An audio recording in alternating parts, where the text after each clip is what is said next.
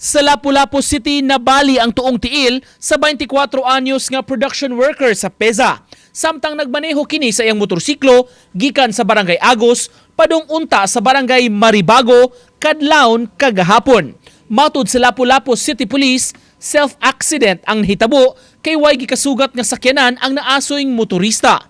Padung unta kining Mopalit og Dugang Ilimnon dihang nawad-an og control sa manobela sa iyang motorsiklo, hinungdan nga nabangga kini ngadto sa poste. Tungod sa kakusog sa impact, naputol ang tuong tiil niini nga maoy naigo sa poste.